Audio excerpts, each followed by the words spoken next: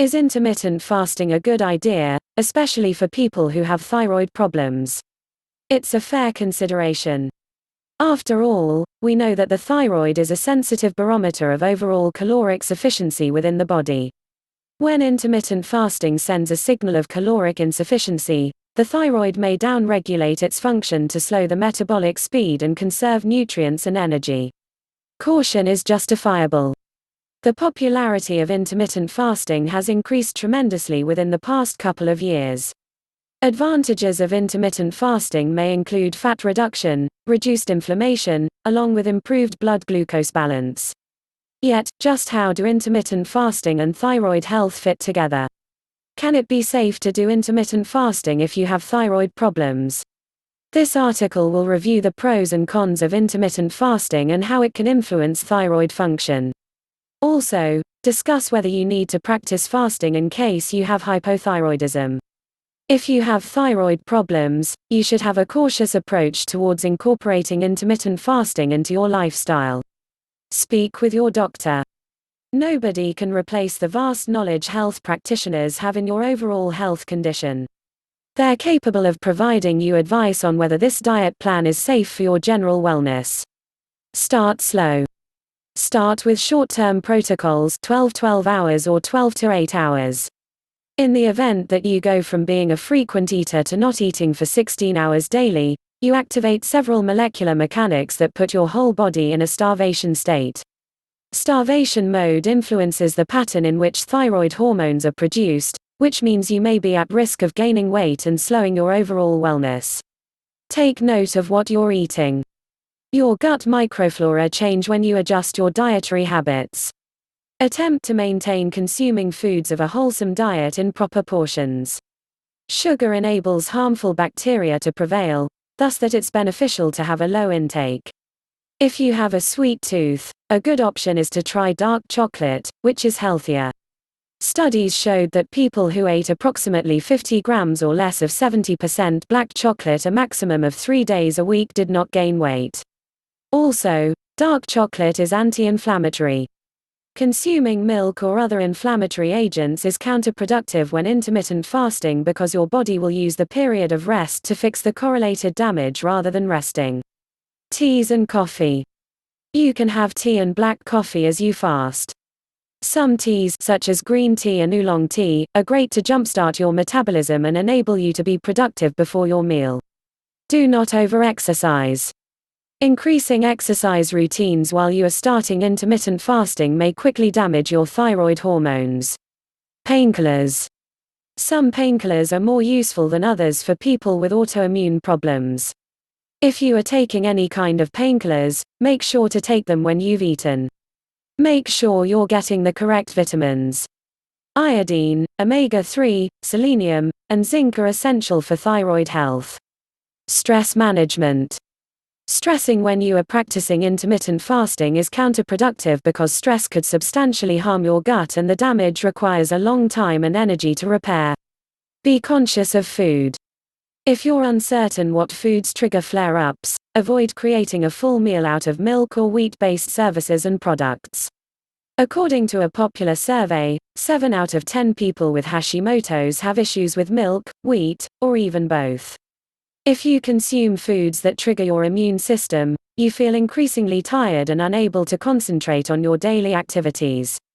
Give your digestion time to rest and recover. The digestive system has been trained to work only occasionally, however, it frequently operates around the clock even though sleep processing food. Many people start eating immediately after getting up and continue until right before bed. This places immense pressure not just on the digestive system but on the entire body. Humans didn't eat all of the time through evolution because the food was not easily accessible, and the body is constructed to work with no overactive gastrointestinal system. Studies have proven that fasting periods may help modulate and maintain healthy body weight, and fasting has an immediate effect on thyroid and immune health. Keep an eye out for signs of thyrotoxicity. In case you notice you are slimming down and have shaky hands and palpitations, it might indicate you are taking more thyroid hormones than the body needs. This really can be a state of thyroid hormone overtreatment, thyrotoxicity, and also you need to sign in with your medical provider as soon as you can. Sorts of intermittent fasting. People who fast for health reasons have several distinctive eating cycles or patterns that they may decide to follow. A few intermittent fasting schedules cycle around a 24-hour window, whereas others might span a week. 5 days 2 off. Individuals eat typical meals and portions for 5 days each week. Over the other 2 days of this week, calorie intake limits to approximately 500 calories daily. For example, a person may opt to confine calories on Tuesday and Friday by eating just 2 small meals equal to about 250 calories per day. Any health conditions or gender can determine your caloric requirements for fasting days. The 16/8 method. This method of intermittent fasting involves fasting for 16 consecutive hours, followed by 8 hours for ingestion. On average, the majority of folks stop eating by 8 p.m. and do not eat until the following day. Individuals who follow this pattern have a tendency to do fasting for 14-15 hours.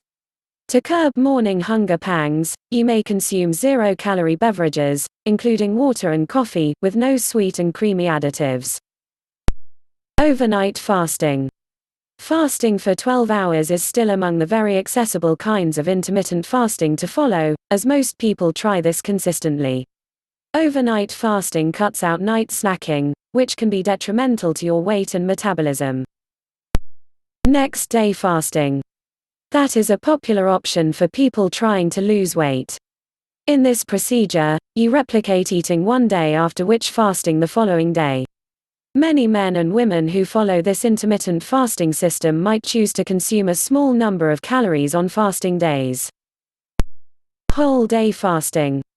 Inside this process, you take in one large meal per day, leading to a day of fasting.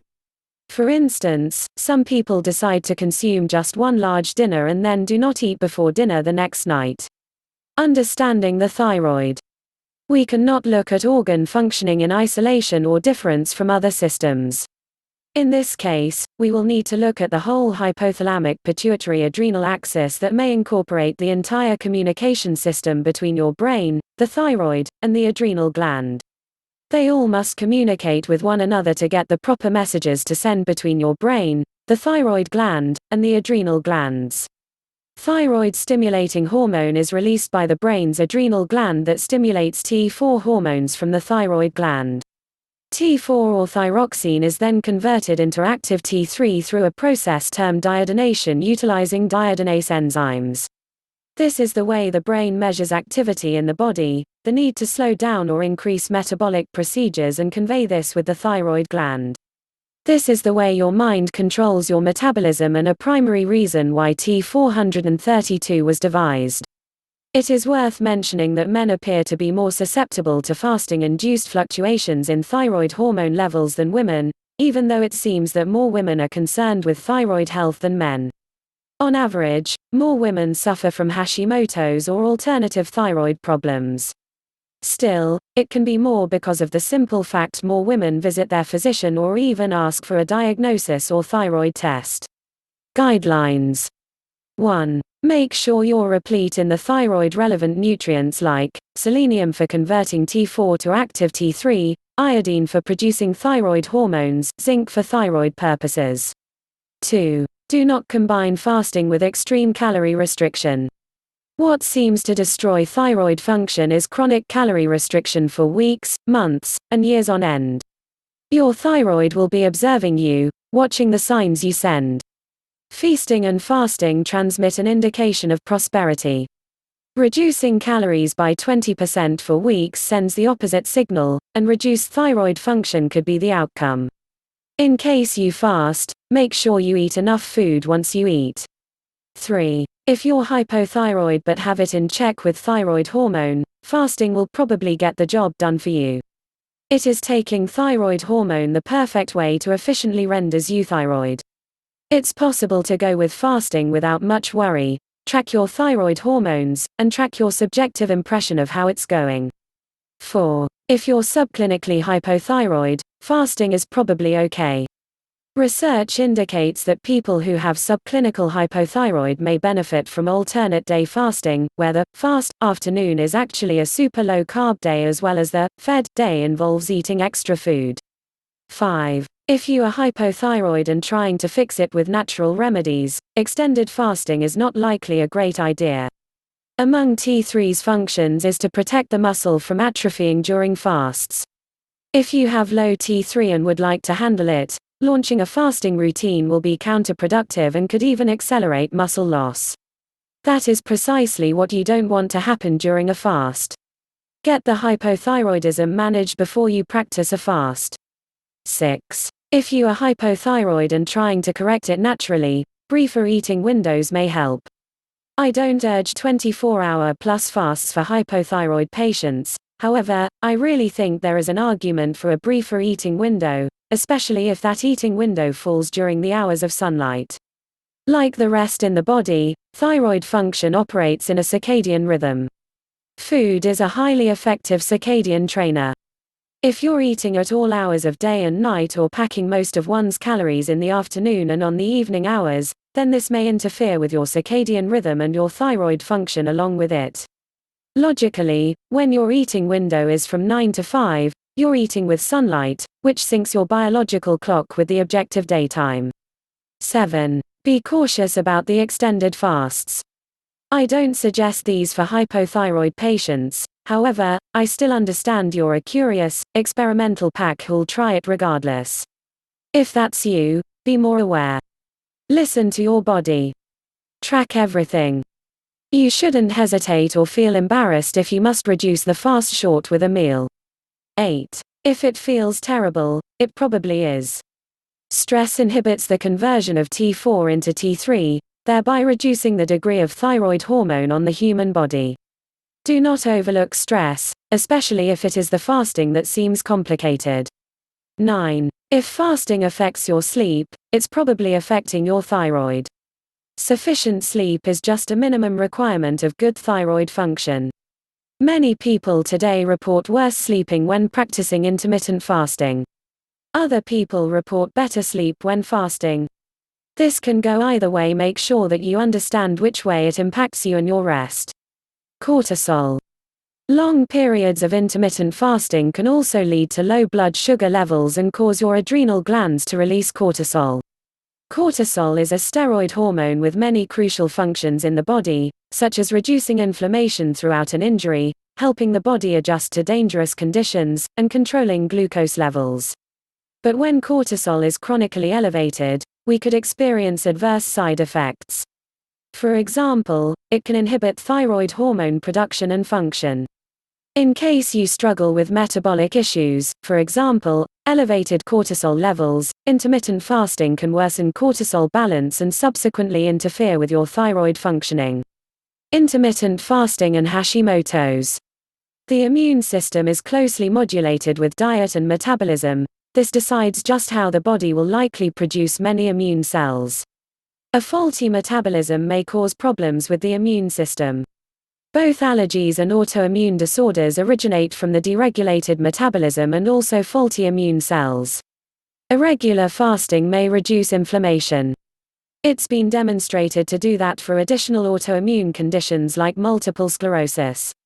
It helps typically with reducing flare-ups, meaning it needs to occur before the disease worsens. Occasional fasting can be helpful for rheumatoid arthritis, reducing both inflammation and pain. In type 1 diabetes, intermittent fasting helps in controlling blood glucose. There is not yet any research on Hashimoto's and intermittent fasting. Nutrient deficiencies. Intermittent fasting may result in nutrient deficiencies when not executed properly. This is a significant factor because your thyroid necessitates minerals such as iron, iodine, zinc, selenium, and B vitamins to produce a part of your T4 thyroid hormone. In addition, you need adequate levels of selenium and antioxidants to convert T4 into your active T3 hormone. Finally, your body needs vitamin A and zinc to efficiently move the thyroid hormone into the cells to carry out their mission. How thyroid hormone works. Fasting aside, lots of people do not match the recommended daily amounts for nutrients like vitamin A and iron. Moreover, a whopping 95% of people fail to intake the recommended amounts of fiber. Fiber plays a vital role in maintaining optimum bowel health, which indirectly affects your thyroid health. Skipping meals or fasting for several days during the week may cause nutrient deficiencies that could eventually worsen with a hypothyroid condition. Can it be safe for your thyroid? A study assessed the effects of alternate day fasting in healthy men and women. Compared to the control group, people who alternated 36 hours of zero-calorie intake with 12 hours of unrestricted eating showed lowered levels of T3. Other researchers also suggest that eating a low-calorie diet may cause a rise in the reduction in T3. Another analysis contrasts the weight reduction efficacy of alternate day fasting versus daily calorie limitation in adults with subclinical hypothyroidism. After 6 months, results showed a similar weight loss reduction by both alternate day fasting and calorie restriction. Insulin resistance decreased more with alternate day fasting compared to calorie restriction. TSH and FT4 remained unchanged. Intermittent fasting may increase the metabolism of one's thyroid medications. Also, it alters the way that your body uses energy. For those with Hashimoto's disease, well-timed intermittent fasting can help with inflammation and decrease an autoimmune disorder's severity. If you're contemplating using intermittent fasting for weight loss and other benefits, then talk to a healthcare provider to learn if intermittent fasting may be the perfect choice for you personally. As the saying goes, everything in moderation. 42 million Americans go on a diet each year and fail. We advise that you apply the information in this article in order to succeed. Avoid processed foods and added sugars. Focus on nutrient-dense, whole foods like vegetables, fruits, beans, lean proteins, and wholesome fats. Let your body burn energy between meals. Don't over-snack between meals and activate your body throughout the day. Consider a simple form of intermittent fasting. Pick the hours of the day where you eat. For example, between 7 a.m. and 2 p.m., or between 9 a.m. to 6 p.m. Eat breakfast to fuel your days. Eating breakfast is essential to gas up for your day. Research suggests that you keep a fasting condition for a certain period daily. Thus, it could be advisable to avoid late-night eating to give your system time to rest. Studies imply that the custom of late-night eating may cause higher odds of metabolic syndrome and abdominal obesity. Conclusion: each one of us is unique with different sensitivities. Intermittent fasting may be very safe for several people who have thyroid disease, whereas others might experience adverse outcomes. If you're thinking of intermittent fasting, then be certain that you talk to your physicians. A specialized physician or nutritionist can help you create a customized diet program to optimize your thyroid health.